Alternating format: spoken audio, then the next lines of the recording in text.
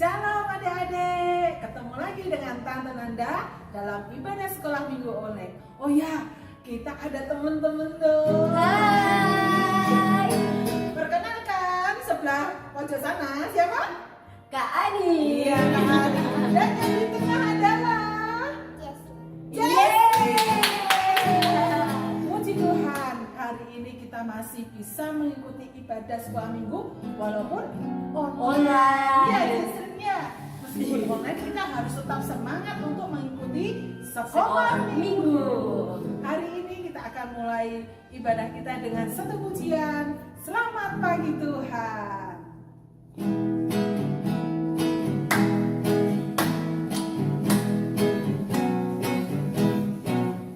Selamat pagi Tuhan, tanpa terima kasih. Tuhan telah pelihara kami setiap hari. Matahari bersinar, burung-burung bernyanyi, bertambah-tambah indahnya. Selamat pagi Tuhan, tanpa terima kasih. Tuhan telah pelihara kami setiap hari.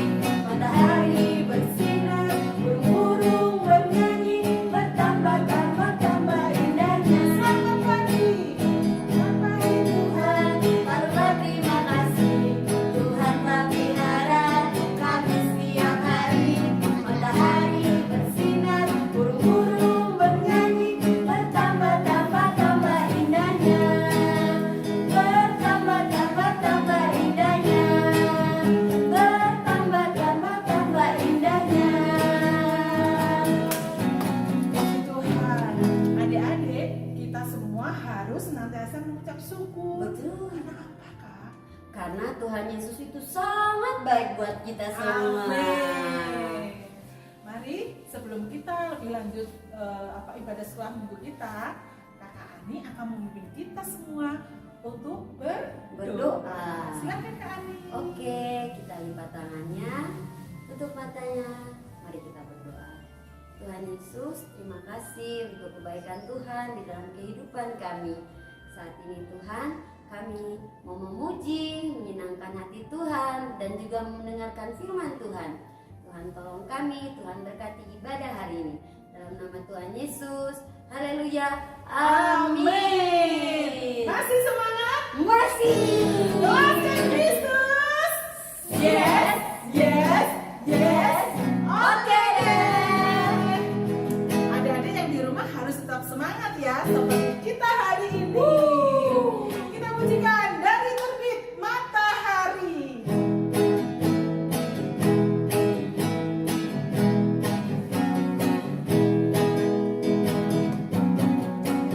Terbit matahari sampai pada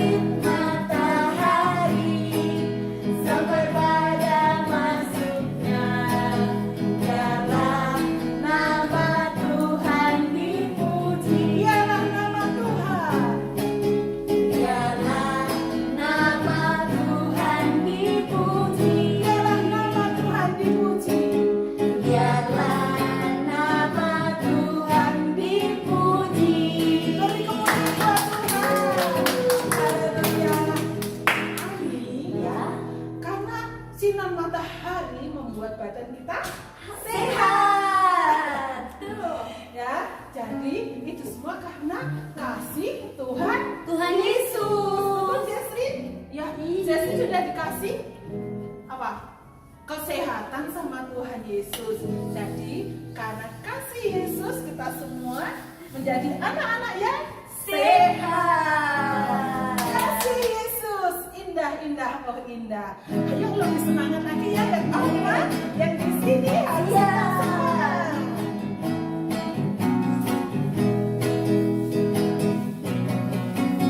Kasih Yesus indah-indah, oh indah. Kasih Yesus indah-indah, oh indah. Kasih Yesus indah-indah, oh indah. Kasih Yesus indah-indah, oh indah. Langit, langit, lebih indah dari bintang di langit, lebih indah dari bunga di taman. Oh Yesusku, kasih Yesus indah-indah, oh indah. Kasih Yesus indah-indah, oh indah.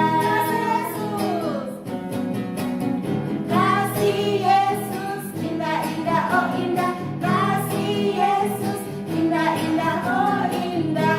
Lebih indah dari apa? Lebih indah dari pelangi, lebih indah dari bintang di langit, lebih indah dari bunga di taman. Oh Yesus, Lebih indah dari pelangi. lebih indah dari pelangi, lebih indah dari bintang di langit, lebih indah dari bunga di taman. Oh Yesusku, Katakan, oh Yesusku. oh Yesusku, Oh Yesusku. oh Yesusku. Puji Tuhan, adik-adik ya. Tetap semangat ya, adik-adik. Semangat, Masih mau memuji Tuhan lagi? tentu dong. Tapi Ya. tiba saatnya kita mau mendengarkan firman Tuhan dulu ya. Iya. Tapi kita harus tetap memuji Tuhan. Yuk, kita akan iringi dengan sebuah pujian. Yesusku panggil. Panggil.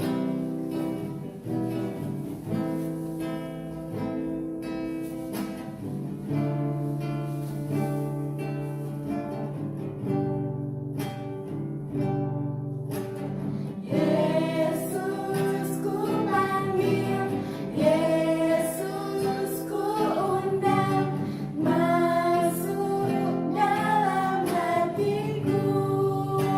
Yesusku panggil.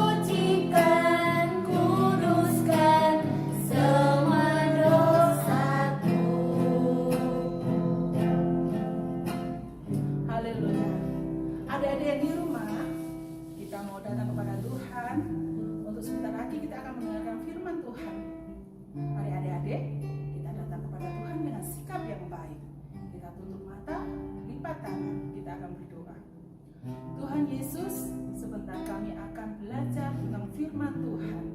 Kiranya Tuhan memberkati telinga kami dan hati kami. Tuhan memberkati guru kami yang sebentar lagi akan bercerita tentang firman Tuhan. Di dalam nama Tuhan Yesus, kami berdoa dan mengucap syukur. Haleluya. Amin. Adik-adik semua, apa kabar? Gimana kabar kalian pada hari ini? Semoga semuanya dalam keadaan sehat, tetap semangat memuji Tuhan dan semangat belajar kebenaran firman Tuhan. Nah, lama kita tidak ketemu, hari ini kita bertemu kembali. Wah, pasti Tante sangat senang sekali. Adik-adik, tadi sudah memuji Tuhan. Sekarang tiba saatnya untuk belajar kebenaran firman Tuhan. Nah, adik-adik, Tante sudah menyiapkan videonya untuk kita lihat bareng-bareng. Adik pengen tahu? Penasaran? Kira-kira apa ya? Yuk kita tonton sama-sama yuk. Pada zaman Israel kuno, setelah pemimpin Yosua meninggal, bangsa Israel hidup melakukan apa yang jahat di mata Tuhan. Mereka melupakan Tuhan Allah mereka dan beribadah kepada para Baal dan para Asyerah. Sehingga mereka diserahkan ke dalam tangan orang Midian. Mereka takut kepada orang Midian, sehingga mereka membuat tempat-tempat perlindungan, yaitu tinggal di gua-gua. Mereka hidup sengsara dan menderita karena harta benda dan ternaknya dirampas. Maka mereka berseru kepada Tuhan karena orang Midian itu. Dan Tuhan Allah mendengar seruan orang Israel itu. Tuhan Allah lalu menampakkan diri kepada Gideon bin Yoas. Tuhan memanggil dia untuk melepaskan bangsa Israel dari kuasa bangsa Midian. Siapakah Gideon itu? Apakah kalian mengenalnya? Gideon berasal dari kaum terkecil dari suku Manase, salah satu dari 12 suku Israel. Gideon juga orang yang paling muda dalam keluarganya. Dan meski sempat menolak panggilan Tuhan, Gideon akhirnya bersedia menjadi pembebas bangsa Israel dari bangsa Midian setelah Tuhan memberi jaminan kemenangan dan penyertaannya. Dengan 300 orang pasukan, Gideon bisa membebaskan bangsa Israel dari orang-orang Midian. Dia membawa kemenangan. Itu semua karena penyertaan dari Tuhan. Hai adik-adik semua, gimana? Sudah menonton videonya tadi bukan? Wow, videonya sangat menarik. Banyak pelajaran yang dapat kita peroleh dari kisah Gideon ini. Dari seorang pemuda yang ragu-ragu menjadi orang yang berani, menjadi pahlawan yang perkasa. Adik-adik tahu siapa Gideon? Gideon berasal dari suku Manase, salah satu dari 12 suku Israel. Dia juga anggota yang termuda di keluarganya.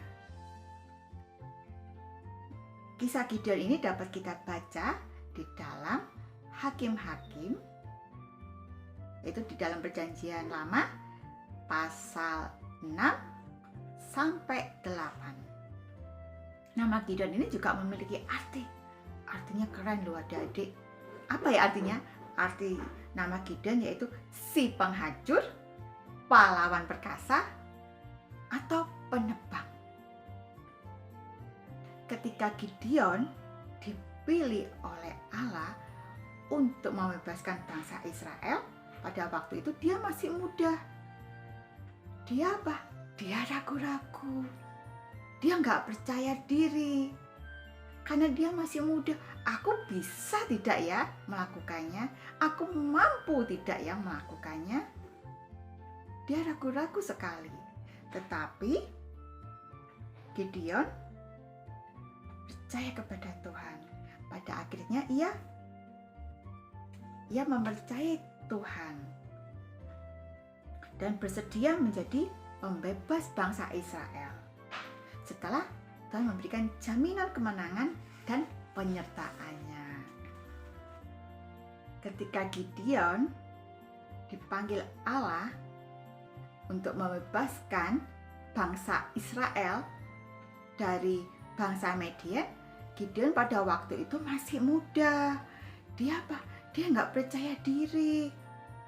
Aku bisa nggak ya melakukannya? Aku mampu tidak ya melakukannya? Dia ragu-ragu. Oleh sebab itu, ia meminta apa?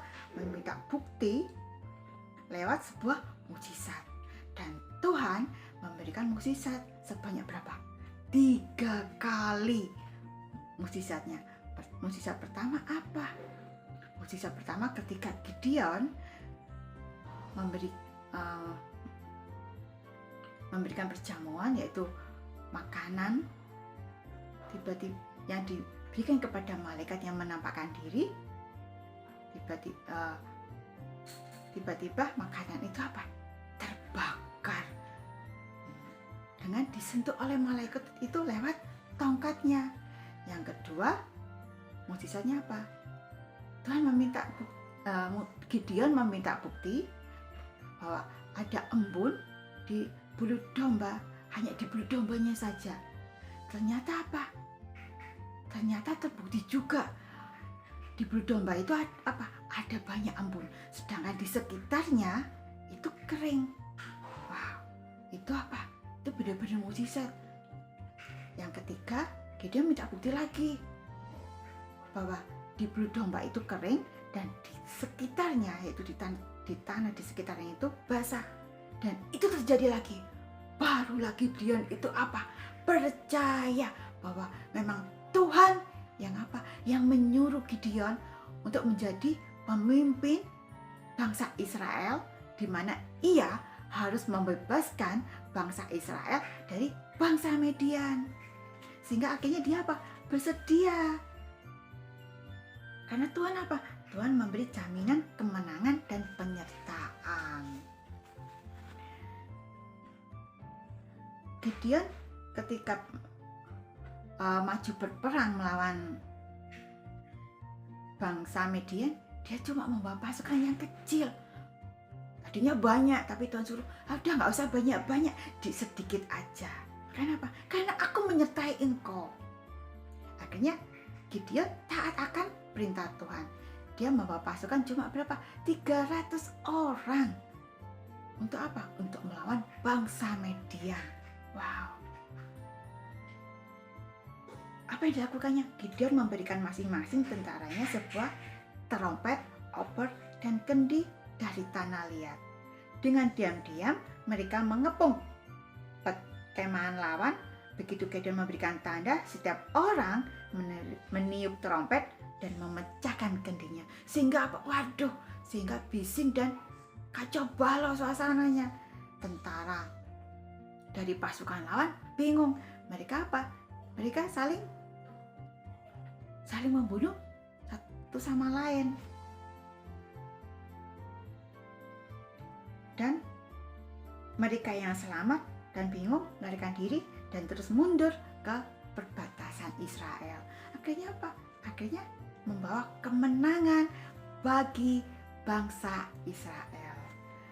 Itu semua karena penyertaan Tuhan.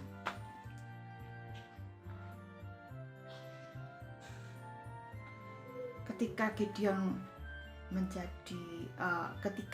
memenangkan pertempuran itu, peperangan tadi, akhirnya bangsa Israel meminta kepada Gideon agar menjadi raja mereka. Tetapi Gideon menolaknya. Enggak usah jadi raja aku. Kenapa? Karena Allah sajalah pemimpin kita satu-satunya. Wow, pelajaran sangat menarik. Pertama, Gideon adalah seorang yang muda dipilih Allah untuk menjadi pemimpin. Yang kedua, Gideon taat akan perintah Tuhan. Yang ketiga, Gideon memiliki sifat yang rendah hati. Ketika dia diminta jadi raja, dia tidak mau. Cukup Tuhan yang memimpin kita, karena raja satu-satunya hanyalah Tuhan kita Yesus Kristus. Nah, adik-adik juga harus demikian.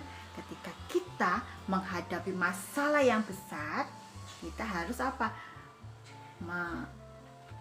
Minta Tuhan untuk menyertai kita, menolong kita. Karena bagi Tuhan tidak ada yang mustahil. Semua masalah dapat kita selesaikan di dalam kuasa Tuhan. Begitu juga ketika kita diminta oleh Tuhan, kita juga percaya, kita diminta tolong untuk apa? Untuk menjadi pemimpin. Kita tidak perlu ragu-ragu. Kita harus percaya kepada siapa? Kepada Tuhan. Minta tolong sama Tuhan. Untuk apa? Untuk menyertai kita. Seperti Gideon, minta penyertaan dari Tuhan, dan Tuhan menyertai kita. Nah, jadi dari orang muda yang ragu-ragu, Gideon menjadi apa?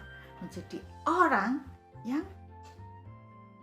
yang pemberani, menjadi pahlawan yang perkasa. Dan itu harus kita contoh. Nah, kita tidak boleh apa? Tidak boleh takut, karena kita punya Tuhan Allah yang besar. Ayat inti kita dapat kita baca di dalam 2 Timotius pasal 1 ayat 7. Demikianlah firman Tuhan. Sebab Allah memberikan kepada kita bukan roh ketakutan, melainkan roh yang membangkitkan kekuatan, kasih, dan ketertiban. Oleh sebab itu kita harus apa? Percaya kepada Tuhan, memiliki iman yang kuat di dalam Tuhan, bahwa Tuhan akan menyertai kita senantiasa. Kita tidak boleh takut, tetapi kita harus memiliki apa? Roh kasih di dalam Tuhan Yesus. Sebelum kita berpisah satu sama lain, kita tutup pelajaran hari ini di dalam doa. Yuk kita lipat tangan, tutup mata. Tuhan Yesus, terima kasih atas segala kasih dan rahmat Tuhan kepada kami. Terima kasih untuk firman Tuhan hari ini. Tuhan, kami memohon kepada Engkau agar Engkau selalu menyertai kami, melindungi kami dimanapun kami berada. Berikanlah kami roh takut akan Tuhan, roh ketertiban, roh kasih, di mana kami dapat memberikan terang untuk sesama kami, menjadi berkat bagi semua orang.